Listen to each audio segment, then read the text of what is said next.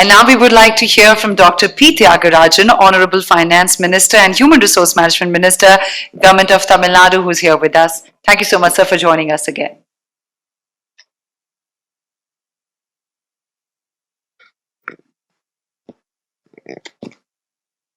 My distinguished fellow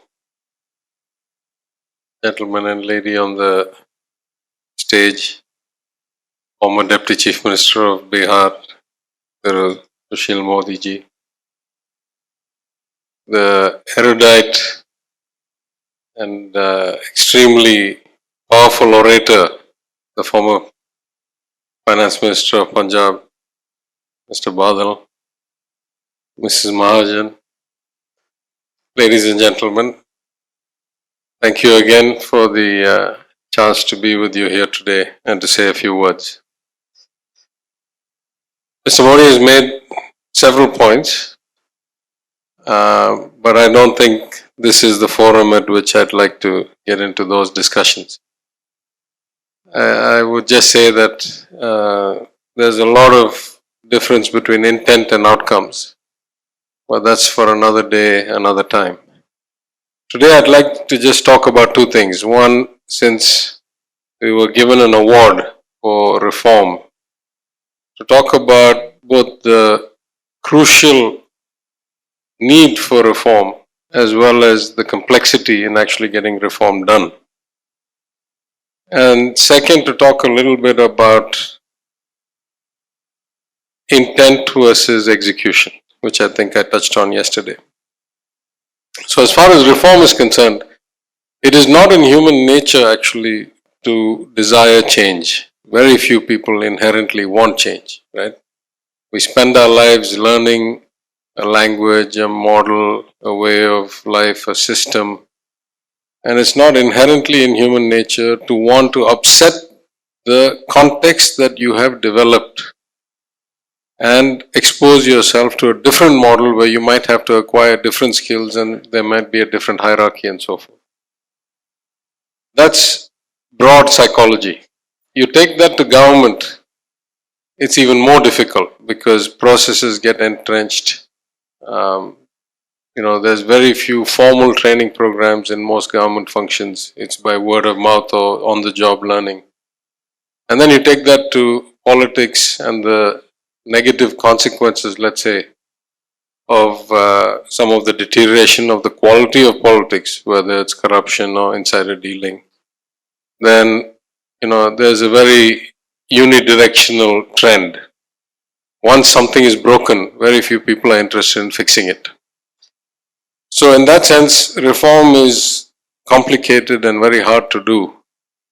In my case, I would say without the continuous and vociferous support of my Chief Minister, I would not be able to apply many of the things that I have learnt in my decades of professional experience to do the job that I do. As important as that is, consistency, continuity, the alignment of all the senior administrative officers, both within finance as well as in other departments, is also critical if you're going to achieve results. And I'm very fortunate that we have such a brilliant set of officers and that our results speak for themselves. We have brought, after 7 years of ever-increasing revenue deficits, in 1 year we have reduced both the revenue and the fiscal deficit by more than 1 percentage point of GSDP, despite having a COVID second wave, third wave, unprecedented rain, first time in office after 10 years out of government. And I think, therefore, the results kind of speak to the intensity of the effort that went in to get these results. But that brings me to my second point. In my understanding, after a mere 18 months, I'm in some ways maybe talking out of turn because the senior ministers on stage here have decades of experience, both as ministers and as politicians, public office. But in my 18 months, and I'll limit myself to only the government of Tamil Nadu and the GST Council. I would say that money is not the limiting factor at all. Whatever the shortfall is, whether it's 1 lakh crore, 20,000 crore, 5,000 crore, 10,000 crore. In most cases, I go back to the old kind of Keynes speech during the Second World War, that relative to our predecessors, relative to our ancestors, relative to the societies of old, we are enormously rich and enormously benefited by advances in science and technology, in multiplier effects, in leverage. And so anything that we can actually do, we can afford to do. In other words, it is really a problem of administrative bandwidth, of management and execution capability that is the bottleneck for government performance.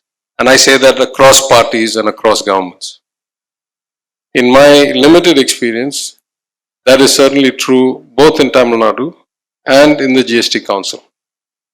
Whatever else we may or may not do well, our capacity to translate intent to exact outcomes is very, very limited.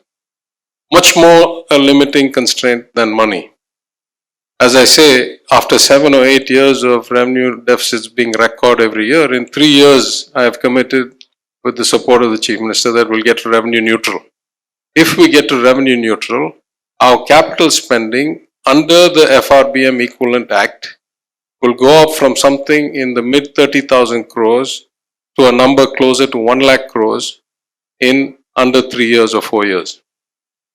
I am not sure we have the execution capability to do that much capital spending in one calendar year or fiscal year. That worries me a lot more. If I take that same issue to the GST Council, whatever may be the limitations and the philosophical differences that I may have with the interpretation of Through Sushil Modi, I say that we both should have the same intent, that is, the execution falls far short of the design. Let's start at the simplest thing. The GST system calls for a council meeting once every 3 months. But if you look at whether that's happening, at least in the last, post-COVID era, that has not happened. You look at the GOMs, the timelines we're given and the function that has happened. I'm a member of 2 GOMs. One that is time bound, of course the time has been greatly exceeded, on taxation of gaming, horse racing and casinos. And I'm a member of a standing committee or a standing GOM that I would say is vital, which is for systemic reforms. It's the integration of 2 different GOMs, one on computers and systems and one on broader compliance and design. That is a crucial GOM with very many committed, thoughtful members on it. My friend, the Deputy Chief Minister and Finance Minister of Haryana, Mr. Chautala, other members from other states. The problem is the GOM doesn't meet. If it doesn't meet, it's very hard for us to do any real work. And it doesn't meet because the convener hasn't called the meeting. And the convener hasn't called the meeting because the convener's already changed twice in the course. I mean, it's changed once here and in the other committee changed as well. Because in politics, people lose their role in government, and because they lose their role in government, they lose their membership in the GST Council, then they lose their designation into the GOM, and then if they happen to be the convener, then that, is the kind of cold freeze of the GOM's functioning. This has happened multiple times, and we have this strange kind of convention that has been adopted, for which I can find no reference anywhere in the documentation, that if you constitute a GOM, the senior most member of that list of people, meaning if you have a chief minister, they should be given as convener. If you have a deputy chief minister, they should be given as convener. And only then you will give other ministers the role of convener. But that is actually the exact opposite of what you want. How many chief ministers have the time in the scope of their broad responsibilities to be convening GOMs for the GST Council? Surely they have much less time than a deputy chief, and the deputy chief minister has less time than a minister. A chief minister has much less time than a deputy chief minister to be running GOM meetings.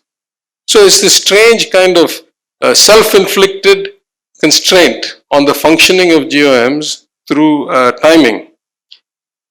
In many cases, we have lost conveners, and it's taken 6 months for the new convener to be named. So I know I'm not trying to be a critic. I'm just trying to say whatever the philosophical differences, those are secondary to the basic question: can you deliver the intent and can you deliver the design that you have designed yourself or you have set yourself? It's not set by somebody else outside. So I think at a broad level, we should let philosophical questions lie for a different day, till we can first execute whatever we are currently trying to execute in a timely, efficient manner that delivers results. And I make that point because what we are here for today is exactly to honor and reward those people who have shown us that they can execute or they can deliver. So in that sense, whether it's a jury award or a deemed award, it is a great joy for me and a privilege to be here to award people who set the benchmark, that say we can deliver, we will deliver, and if we make a commitment, then we follow through on it. I think that should be the motto for us all. And as Mr. Badal said, those of us who come to public life, our greatest ambition is to improve the lives of citizens, all citizens certainly, but most of all, most important, the poorest, weakest, most in need of help. And therefore, the need for doing things that are socially just, that are financially inclusive, that ensure that we have a more equitable society that creates a kind of harmonious environment is the first job for us all. And whenever we make any decisions in public life, whether that is a political decision, administrative decision, as an opposition member, at any role, as long as we remember that principle that we came here to improve the lives of people, particularly the poorest people, the most in need of support, then I think, of course, the country will be a much better place, irrespective of any other differences. I'm not sure I'm qualified to be here today, but I would just like to express 3 emotions in a very brief statement. First, I feel great humility taking part in such an award to such a distinguished and accomplished leader who contributed in so many ways to our country. It's hard for me to imagine somebody who has contributed at the Planning Commission, at the RBI, as a finance minister, as a prime minister, in so many ways, as an educator, as an administrator, as a leader. And that somebody like me, a few years into public life and a year and a half into ministry, should have this opportunity, I think is a great privilege for me. It's also very humbling. In fact, to be part of this panel itself is very humbling to me. And I'm very grateful for the opportunity to be here. Many people have spoken of the major contributions, not the least my friend, the MP, Mr. Shashi Tharoor. So I won't belabor those points. But I will just say that in any nation's history, it's hard to find somebody who has had a greater impact than Dr. Manmohan Singh has had in our 75 years of independence. The second emotion I feel is great happiness, because I had the extreme good fortune of meeting Dr. Manmohan Singh personally a couple of times, and I consider it one of the great joys and privileges of my life to get the blessings and advice and even time with such a distinguished leader who has accomplished so much. And so it is a highlight certainly of my professional career across all dimensions that I have worked to be here today and be part of this. But I think the other emotion I leave here with today is hope. I was so impressed with Mr. Gadkari's speech, with his ability to articulate the values, ongoing value that India gets from the vision and the execution of that vision by Dr. Singh, and to say it in a way that so correlates to why people like me came to public life, that is to help the poor, to improve the lives of our citizens. And it gives me hope that at some level, in the service of the people, we can all cast partisan politics aside and focus on the real benefits to the people and improving the lives of citizens and moving our country forward. So for all those reasons, I thank the organizers for giving me this great opportunity to be part of this wonderful occasion. And I once again pay my deep respects to Dr. Manmohan Singh, one of the greatest sons of our country. Thank you. Next channel,